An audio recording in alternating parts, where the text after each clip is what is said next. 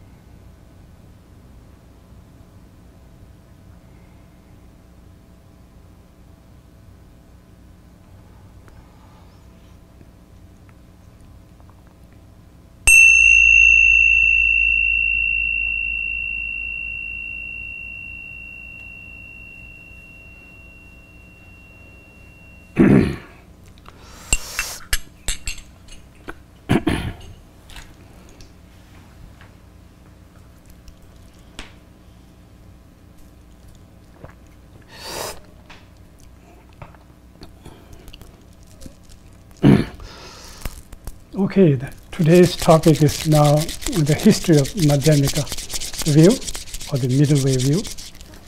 And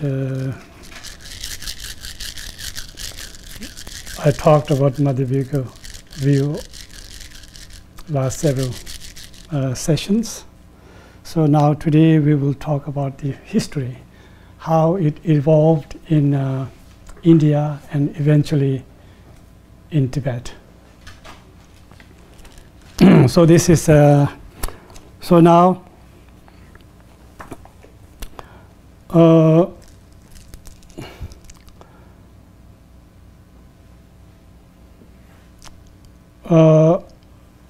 when Buddha became enlightened, the very next year, a year after, 1 year after the enlightenment, so then Buddha taught Prajnaparamita teaching, which is teachings on middle way. So right after, 1 year after Buddha's enlightenment. This is according to Kalachakra, Root Tantra, and also the commentary on Kalachakra, because there are some other, systems. They also say different things, but this is according to Kalachakra, Root Tantra, and also the commentary on Kalachakra by Indian masters. So based on that, Buddha taught 1 year after his enlightenment, starting from Rajgir, where he taught Heart Sutra, and also along with all the other Prajnaparamita sutras, like one with 100,000 stanzas and 25,000 stanzas and 8,000 stanzas. I think total of 15 volumes, and also more. So this is very good to know, because sometimes people are not very sure when did. Some say Lord Buddha only taught just before his paranirvana, he's passing away, just 1 year before passing away. Some people say that. Some say 35 years later. So, but according to Root Tantra, Kalachakra Root Tantra, it's clear that he taught Prajnaparamita Sutra and also the Vajrayana teaching 1 year after his enlightenment. So we should follow that system. So then, then of course, so it started with Buddha, of course, right? Started by Buddha, and then there are like normally Mahayana teachings, especially Vajrayana teaching, are very secretive, very secret. They don't. Buddha actually didn't teach the Vajrayana teaching and also Mahayana teaching in general in big, huge public. So that's why some traditions say, oh, this Vajrayana and Mahayana in general, and also Vajrayana, particularly Vajrayana, is not actually Buddhism. So Buddhist teachings, you know. So I think that's the reason why Buddha did not teach in public, big public. So anyway, so Buddha, according to Kalachakra Tantra, he taught 1 year after, and then there's seven Tembete of Du in Tibetan, the 7 successors of the Buddha. When Buddha was passing away, so he passed down the teaching to his oldest, most senior student called Kashyapa. In Tibetan it's called Usuchumo. Very, very holy. The most senior, actually, the bhikshu within the student disciples. And even Lord Buddha respects him. So it's very holy, Usuchumo. So Buddha actually passed down the teaching to Kashyapa, Mahakashyapa. And Mahakashyapa, I have to look at my notes, because in English I have a little trouble with names, and also with the Sanskrit names. So second, so Mahakashyapa actually passed down to Ananda, who was the cousin of Buddha, Lord Buddha, Ananda. In Tibetan we call Kungao. And then third one, Shanya Kyochen in Tibetan, Shanya Kyochen, Shanavastri in Sanskrit, Shanavastri. I think Shana is some sort of a name of a clothing, and he wears certain type of clothing, so or the cloth. So that's why it's called Shanya Kyochen, one who wears Shana clothing. And then Nyerbe in Tibetan, the number 4 is Nyerbe, as Upagupta. I think if you know Hindi, there is a huge advantage, really, when you study Dharma. It's a huge advantage. Even though I know only few Hindi, but it's tremendously helpful. So I wish that I studied so well Hindi language and Sanskrit so well in India. I should have, but unfortunately I didn't have time. So, but I know a little bit, so still very helpful. So the number 4 is Upagupta, we call Nyerbe in Tibetan. And then Didika, okay, same, they call Didika, number 5. And then number 6 in Tibetan called Napo, means black. But also in Hindi, Sanskrit, Krishna. So in Krishna, number 6, Krishna. And number 7, let me look. Mahasudarshana, I think. Let me look.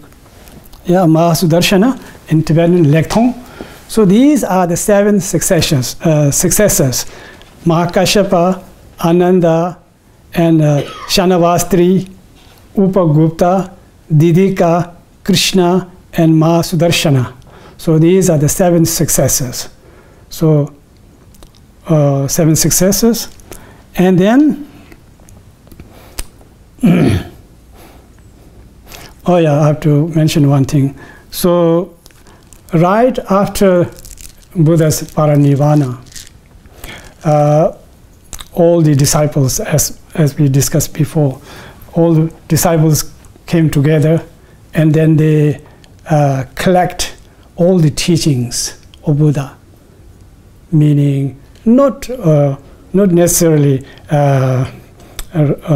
recording on the paper, but they just come together and they recite, like Ananda and Kashyapa, Mahakashyapa, and another one. Now I don't remember. So all those main three disciples, and so they recite, and then they collect the Buddha's teaching, and then kind of make sure that there is no any what you call adding or taking out, so no exaggerations, so no corruption would come in the later. So that is called first council.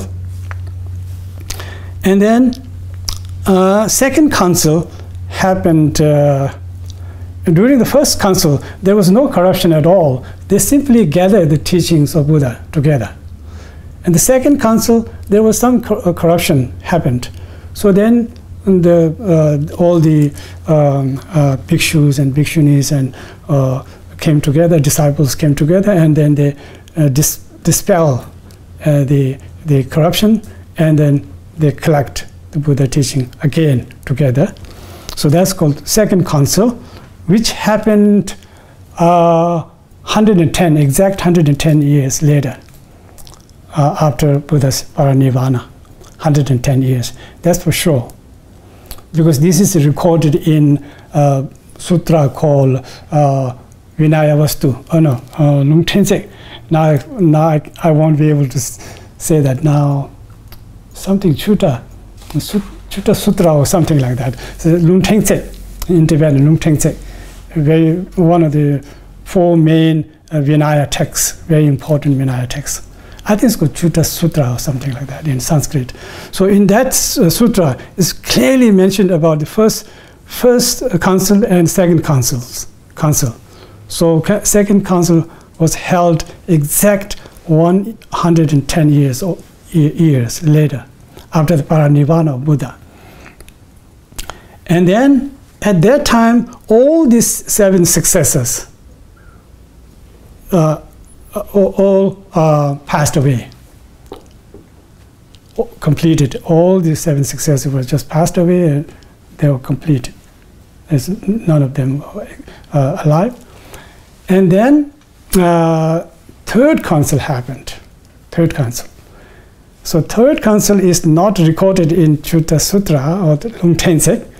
So that's why there are several sort of systems.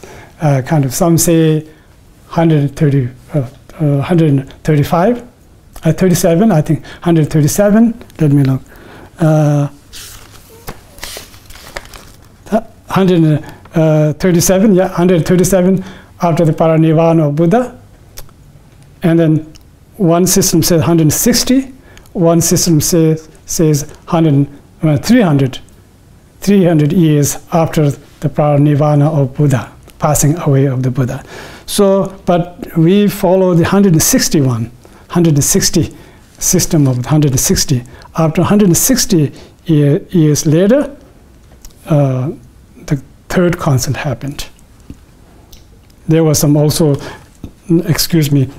some students, because this corruption was kind of what happened was some was kind of reciting the sutra in Sanskrit and some were reciting the sutra in Pali and different languages. So then there was some disputes. So then finally they made a peace, and then so the third council was held. 160, let's say 160 years after the Buddha's passing away.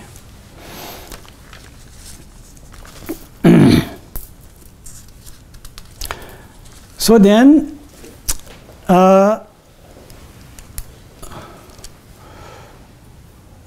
according to some lamas like Taranatha, Chonang Taranatha, very scholar, and also Gomde Lharampa from Gelugpa tradition, and also Longche Ramjamba from Nyingma tradition.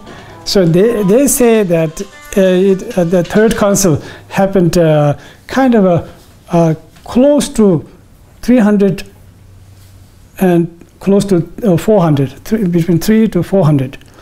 So Longche Ramjamba particularly said nearly 400 years after the Buddha's parinirvana. Taranatha and Gomde Lharampa said 300 years, something like that. So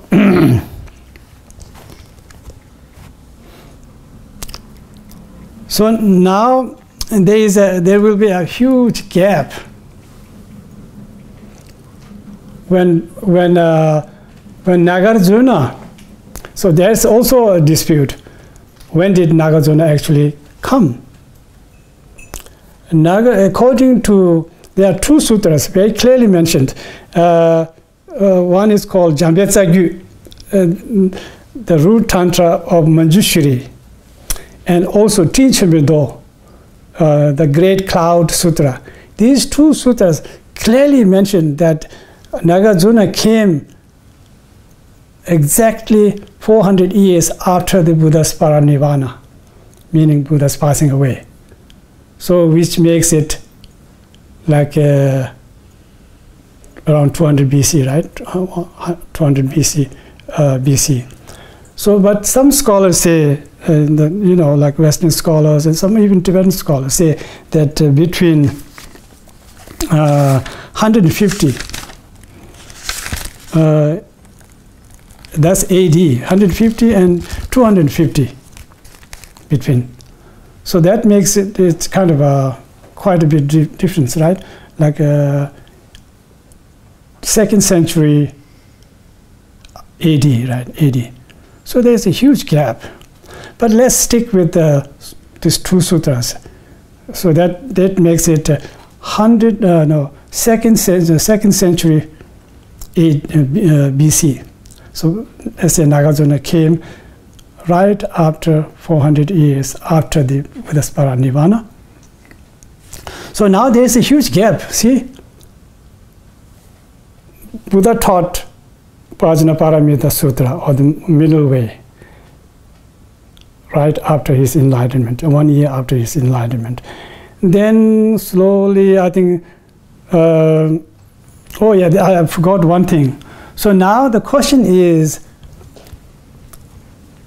who actually collected the Mahayana teaching, like Vajrayana and Mahayana teaching in general? Who collected?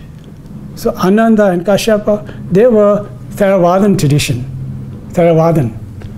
So they don't have the wisdoms to really actually collect those teachings. So then the question is, who actually collected? So now, according to Baba Viveka, the Indian master Baba Viveka, he said that Samandabhadra, there are 8 main disciples of Buddha as a lay person. I think when you say Bodhisattva, I think it refers to the lay person, lay practitioners. I think they refers to lay practitioners. There are the 8 main, we call bodhisattvas, who were the direct disciples of the Buddha. starting with the what do you call? Now I forgot.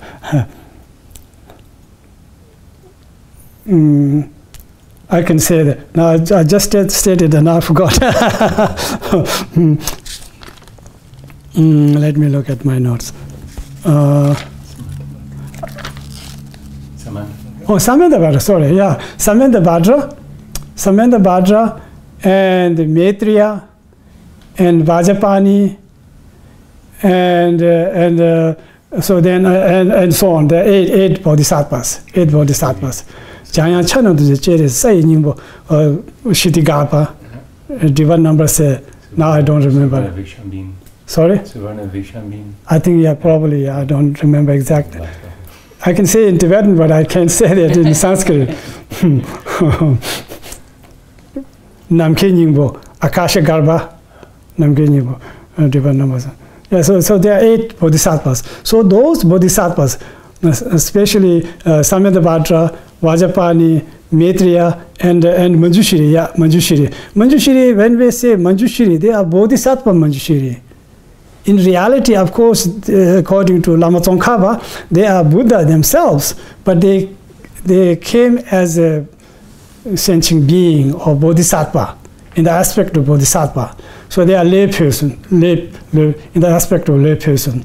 So these 8 bodhisattvas actually collected the Mahayana teachings, including Vajrayana teachings. And then, of course, they passed down to other disciples.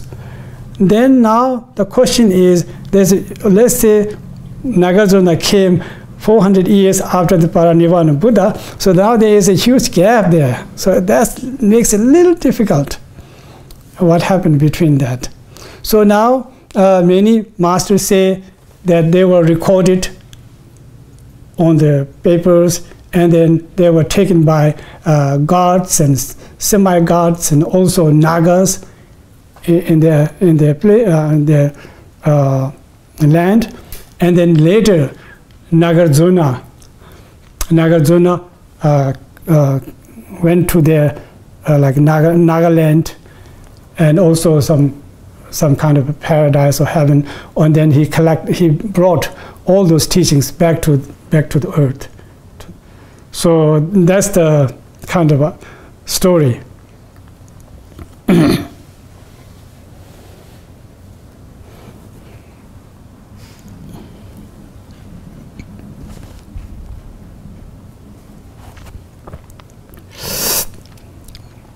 So now there is one question.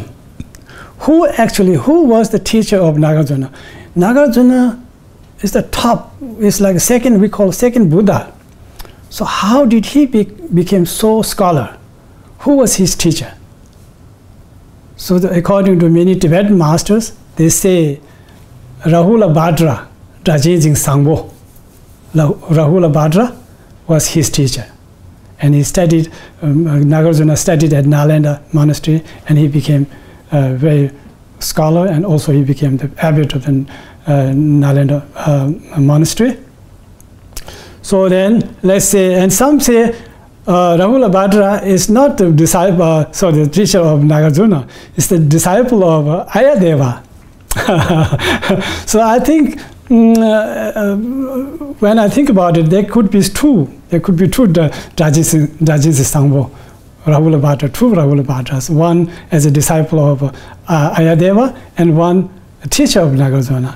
So I think, yeah, something like that. So first Rajesi Sangbo, the Rahula Bhadra, then from Rahula Bhadra, Nagarjuna got the teaching, and then Nagarjuna taught about the Mahayan teaching and particularly this middle way view, and then he passed down to Ayadeva. He's one of the main disciples of the Nagarjuna. So now we have to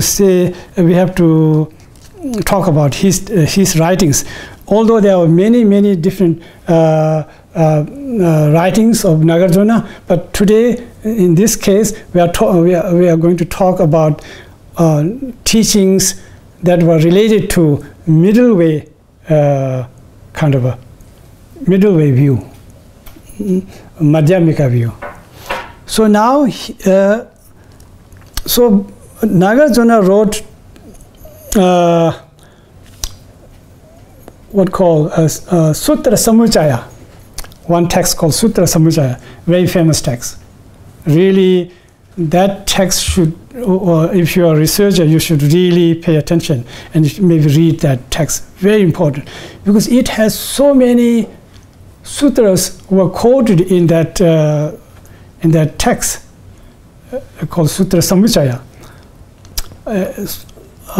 Some say 200 and something, but one scholar says 63. But when I checked, there were 73 different sutras were quoted in this text. So that's very interesting. Why? Because some say that these sutras and Vajrayana teachings just created by Nagarjuna. It's just, he just created that. So, but then this shows that there were already those 73 sutras were already there, existed. So that's why Nagarjuna quoted from the sutra. Quoted from the sutra in order to validate the Mahayana view. So Nagarjuna presented the Mahayana view through how to say through presenting through quoting Buddha's sutra. So the Lungi Gonutuba, and called Lungi Gonutuba, not logically, not much logic, but he say, Mahayana view is valid because Buddha said so and so, right? So and so. So that's, he quoted 73 different sutras. And then he has also one set of teaching. It's called Rigbe Gonutubas. Meaning presenting the Mahayana view through reasoning, where he shows lots of his talents. So then he wrote like 6 major commentaries, commentaries, like it's called 6 collection of reasoning. In Tibetan it's called Rikso 2, 6 collections of reasoning. So these texts are the major texts. So now one of the first Madhyamaka teachings on Madhyamaka view is fundamental wisdom of the middle way. It's called Prajna Mula Madhyamaka Karika. Sometimes it's simply called Madhyamaka Mula Karika. It's called in Tibetan called Tsawa Sherab. So the Tsawa Sherab, the Madhyamaka Mula Karika, is as it says, Mula means in English is translated as a fundamental, but in also means Mula means the root. So this root, this what you call the fundamental wisdom of the middle way, is the root of all the Madhyamaka teachings. Madhyamaka teachings on Madhyamaka view. So if all the teachings that they are taught by Indian masters and Tibetan masters, all should trace back to this text called Madhyamaka Mulakarika, or the fundamental wisdom of the middle way. So that's why it's called root, or the Tsawa in Tibetan. It's called, Tibetan called Tsawa Sherab. So that's the very, very most important text of all the commentaries. So that's number 1. It has 36 pages. The big pecha, like the huge pecha, there's 36 pages. And then there is a second one, is called Tsodo in Tibetan. Tsodo is a refutation of objections. It's called, one translation calls it a refutation of objections. And also another one is called Dispeller of the Disputes, Tsoba Dokpa. It has only 5 pages, although it's a very, very famous text. It has only 5 pages, 5 pages. And then there's called Rigpa Tukchukpa in Tibetan, number 3, Rigpa Tukchukpa. In English called 60 stanzas on reasoning. I'm looking here at the page, what you call, on my note because of my English.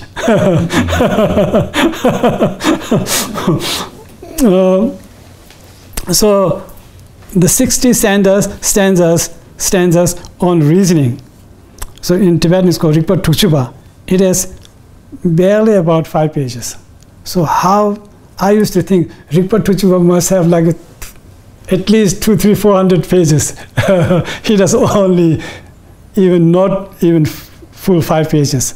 So barely, it makes barely 5 pages, but so important, so famous, so profound. So Ripa Tuchuba, 60 stanzas. Oh yeah, maybe I should see, my Sanskrit and my Hindi is so bad, so I can't even dare to read. Otherwise there is the name for in Hindi, but Sanskrit, but just leave it maybe. Then number 4, one of the most important commentary. Number 4 is the 70 stanzas on emptiness. Tonyi Dunjuba in Tibet. Tonyi Dunjuba.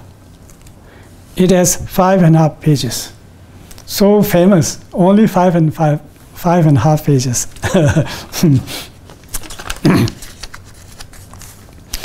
And then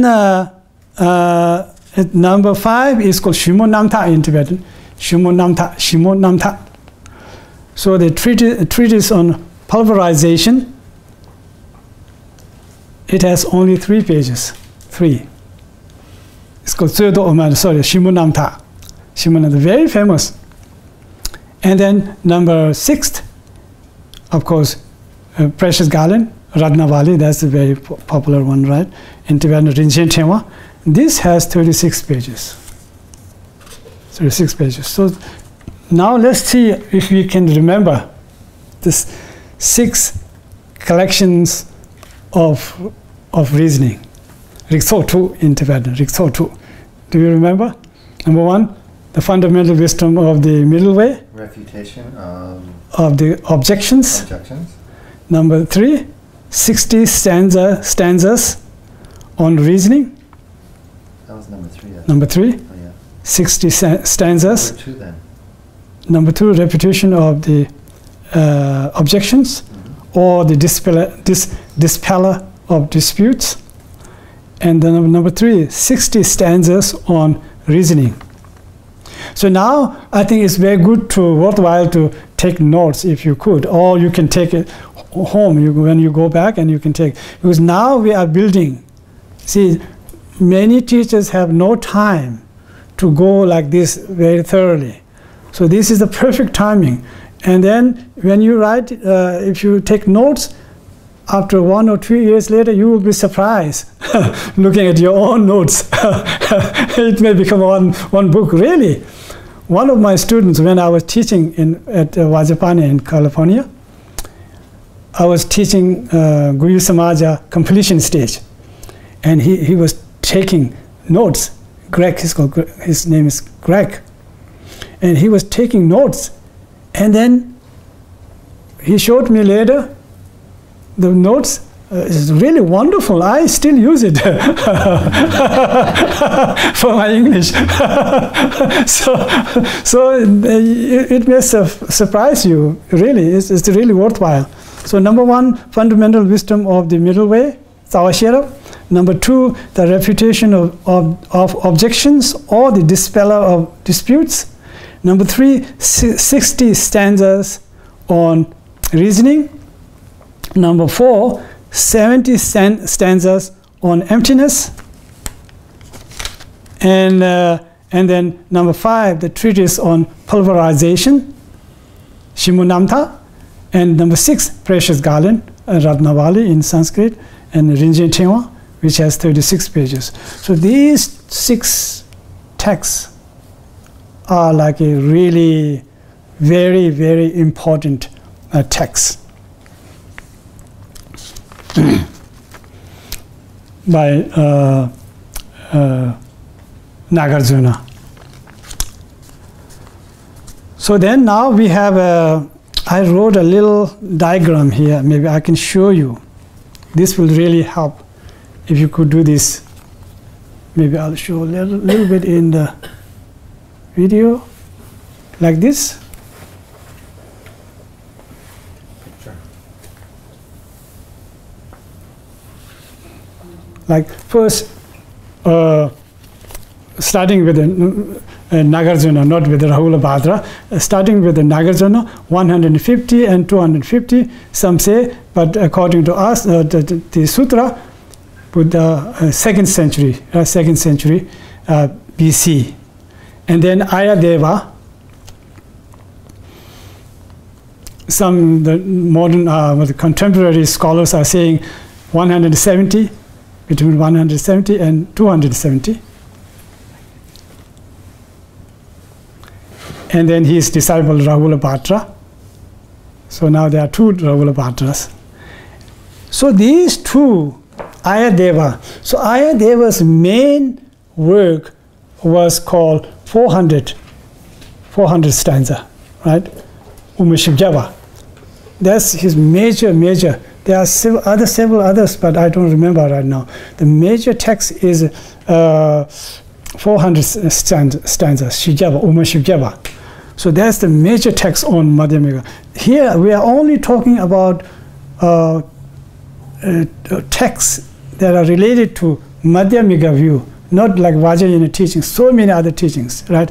Like books on Vajrayana teachings. We are only talking about teachings that are related to Madhyamaka view. Okay, so, and then these 2 masters called Nagarjuna and Ayadeva. In Tibetan, they are called Shung Chime Umaba. Means they are like father of the Madhyamaka kind of teaching, father of the Madhyamaka teaching. At that time, there was no what you call Sautantrika Madhyamaka and Prasangika Madhyamaka. So then, see, first Nagarjuna, then Ayadeva, simply called Madhyamaka view or Madhyamaka system. Simply, that's just there's no different sects. So now, then after that, what happened was Buddha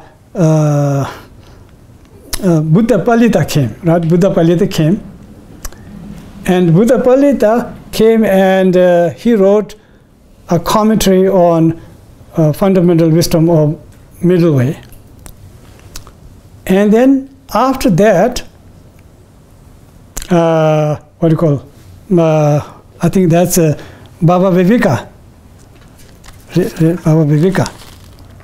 Yeah, Baba Viveka came, and Baba Viveka criticized Buddha Palita for sort of for his view on his view.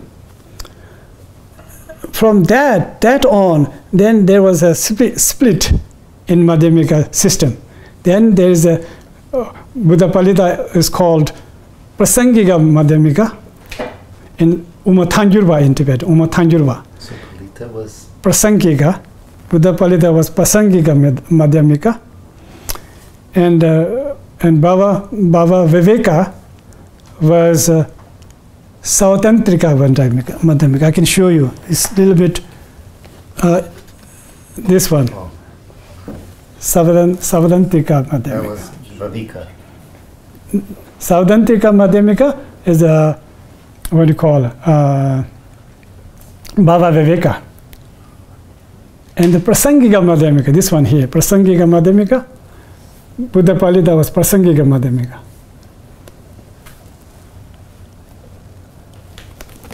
Yeah, during Nagarjuna, as I said before, only it is called only Madhyamaka system.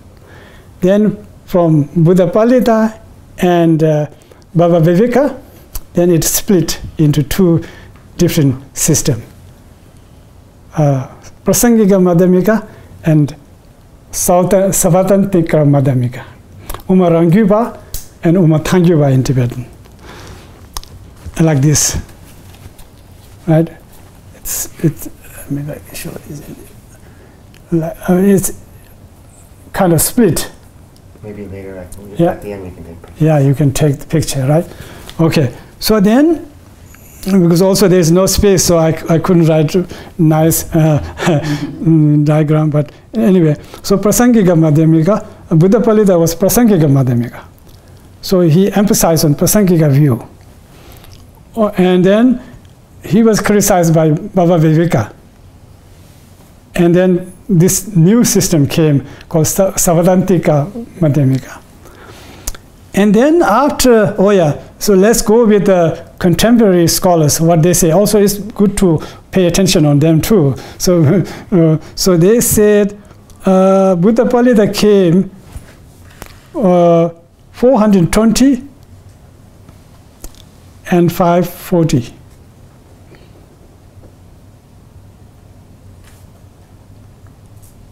Some scholars say. What was the first number? 420 and 540.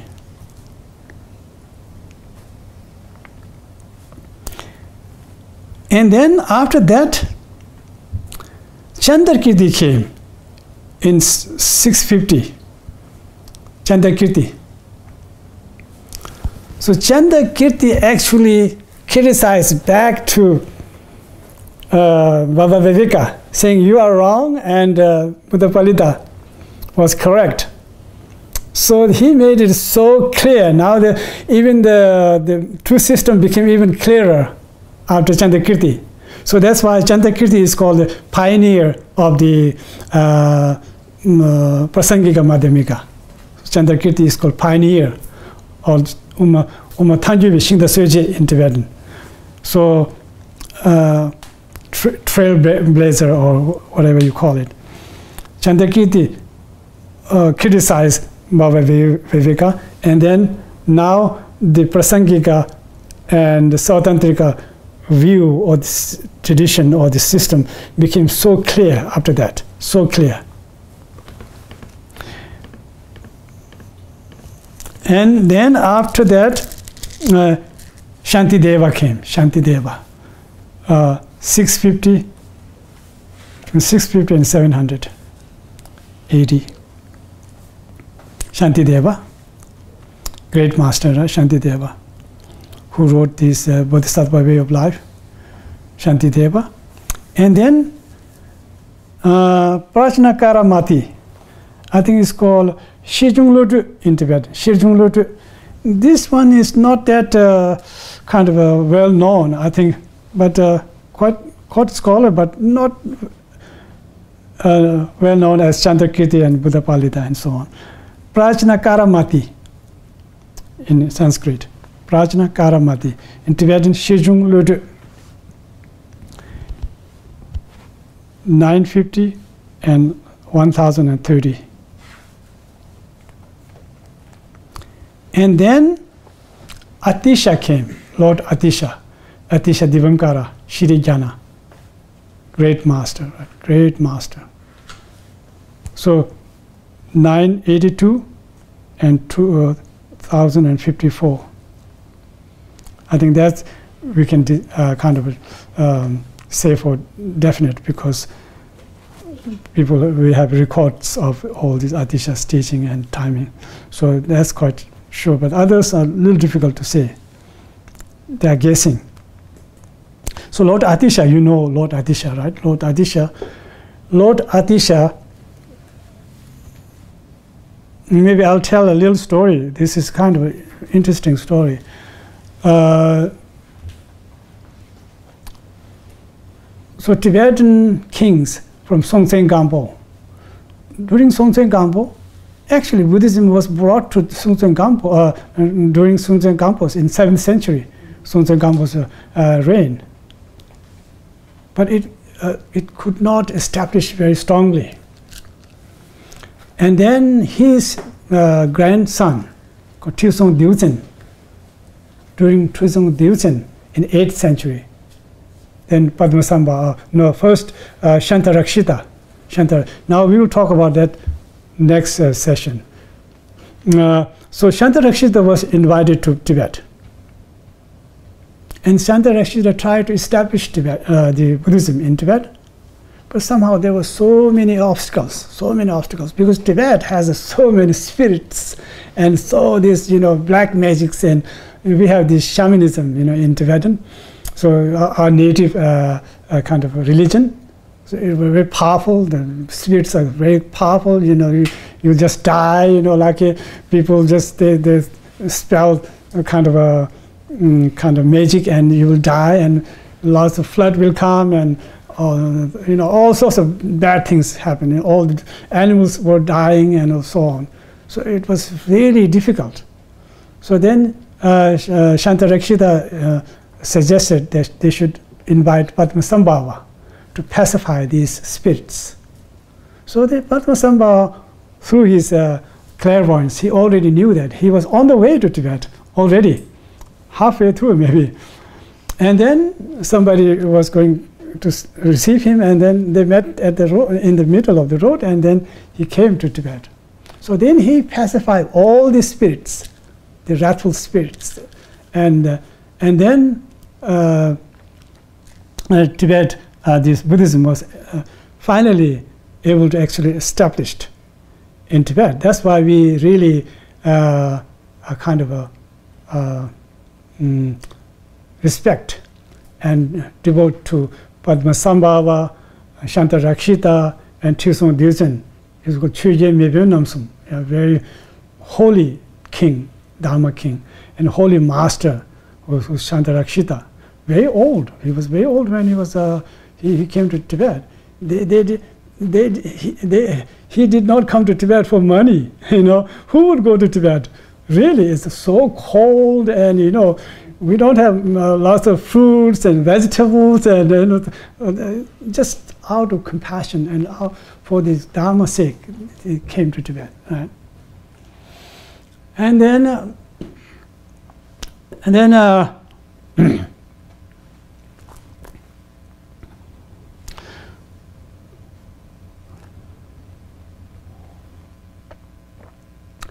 then for another, until 9th century, Dharma really flourished. Tibet was so powerful, really. During Songtsen Gampo and Tilsung Dilsen and Me Aksum and all these great warrior type, even they invaded even China. One of the China's emperor was actually what do you call? Tile Mapap said the Kaza. Matile Mapap. Oh, he was dethroned. Yeah. And so, although it was brief, but Tibet was very powerful at the time, militarily and spiritually, so Tibet was really flourishing. And then after the until 9th century, Dharma was so pure. And then a king called Langtharma came. So he was kind of affiliated with the shamanism or Burn tradition, native tradition. So he was really angry with his brothers, right, his siblings. So he wanted to really do something totally opposite of his brothers. So then I think he has some kind of animosity against his brothers and his grandfathers and so on. Anyway, so then he destroyed all the Dharma, killed like monks and nuns, and burned down all the Dharma texts, and disrobed monks and nuns, and so there was no monks and nuns at all in Tibet, and some just kind of escaped close to China, border of China. And then like that, and then there was one called Halungpeji Doje, one yogi actually was meditating, and somebody requested to do something about Dharma. His Dharma is dying, now it's time to do something, and then they requested. So then, although he was a monk, he decided to actually kill the king, disrobe himself. although it's really horrible to kill somebody, but for the sake of all the sentient beings, suffering, and so he decided, this monk, holy monk actually, he disrobed and then he went to the central Tibet, and then he killed the Langtama. After killing Langtama, then Tibet actually became very powerless, kind of they scattered, all the power scattered, and then not very strong. The kings were not very strong, and then Dharma also started to become corrupted, and then Lharampa Yeshiva, Changchuwe, and Lharampa Yeshiva and Changchuwe, one of the like these what do you call Jeju so the Kasor. Jebu Kanas Riju. Oh, lineage, somewhat. Really, lineage, yeah. Lineage of the former kings, King Sungtsen Gampo and Tizung Dezen. It's called Lharampa Yeshiva and Changchuwe. At the time, they were so these two were so like a wonderful king, but very only king of small place, small kind of country, sort of part of Tibet, not whole Tibet. Tizung Dezen and Sungtsen Gampo whole Tibet, right? But these were so not very powerful, so they were only ruling small part of the Tibet. So then. At that time, so Dharma was completely corrupted now. They have like a Tantra, so corrupted Tantra. People do so many different strange things with misusing the Tantra. Sexual things and killings and all so on. And then, so Dharma was completely corrupted. So then this king called Lharampa Yeshiva, he was captured, but he was determined to really purify the Dharma and make it a kind of pure again. So then, in order to do that, he has to go to India to invite somebody, and one master. So in order to do that, he has to pay a lot of money. He has to spend a lot of money.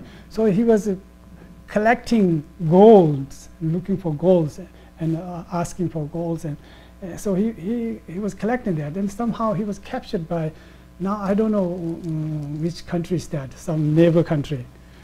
So he was captured by a neighbor country, as Kuki, I think, I don't know, remember exactly. So that country captured him, and then they wouldn't release him, saying that if you want to, want to be released, then you have to pay kind of money or gold. So then they collected the weight of the whole body. He wants the gold of the whole body, weight of whole body of this king. So then they found only the body, not the head. So, but he wouldn't let him go. So then he told his nephew, Changchuwe, saying, take all this gold, don't waste. I will, if I live, or maybe I may live 10 more years, doesn't matter. If I die, doesn't matter. Just take all this gold and go to India, and then invite so-called Atisha. In this master, they heard of this. Atisha, pure and scholar and pure master, wonderful master. Invite him and spend all this gold to that, offer to him and request him to come to Tibet. So then they sent several like these students to India, and then requested. And this student became Naksol Ottawa, became very famous translator. So he studied and became quite scholar, and also then he requested Atisha, Lord Atisha, to come to Tibet. So Atisha said, no, I can't go. I'm quite old, and also I can't go. I have so many disciples here. How can I go? I can't go. Then he keep requesting him, and then he told the story about how this king sacrificed his life for Dharma and all the sentient beings. Then Atisha felt said, oh, this king must be Bodhisattva. He gave his life for others. How can I say no to this kind of people? So then he eventually, Lord Atisha, accepted their invitation. And then he went to Tibet. Didn't go for dollars or gold or anything like that. So purely Dharma, Atisha. So then Atisha, when Atisha came, he purified, he dispelled all these corruptions. Then established a Dharma called Kadamba tradition. So Kadamba tradition was established by Atisha, starting from Atisha. So then Kadamba slowly, then Dharma became very, they started, reviving. The Dharma was actually revived and became pure because of Atisha. And then slowly Atisha and then Domtemba. Domtemba was a lay person, very holy master, supposed to be the incarnation of the Avalokiteshvara, and also this, Dalai Lama's lineage. Dalai Lama, His Holiness Dalai Lama, if you trace back, they are same mind stream we call Truva, or the incarnation. Dalai Lama is incarnation of also the Domtemba, great master. Although he was just a lay person, he was really bodhisattva, direct disciple of Atisha. Very humble, and Atisha was completely sort of pleased by how he, his service and his devotion. So then from Atisha to Domtemba, and then Geshipotowa, and then so on. Slowly, this tradition called Kadamba, slowly, this Kadamba tradition became Gelugpa tradition. So the Gelugpas have direct connection with Atisha. So in a way that the Kadamba tradition became Gelugpa tradition.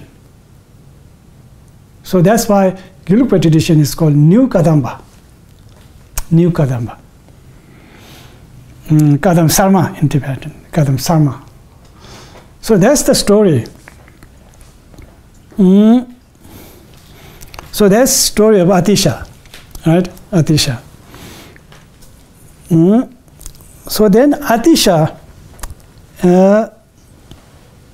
then at the same time there was also called Jaya Ananda, another very scholar Indian master. Excuse me, called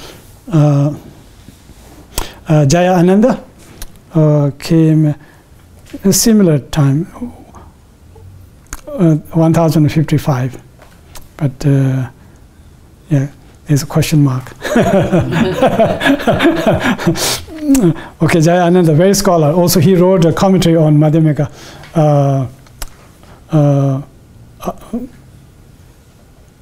Avatara, yeah.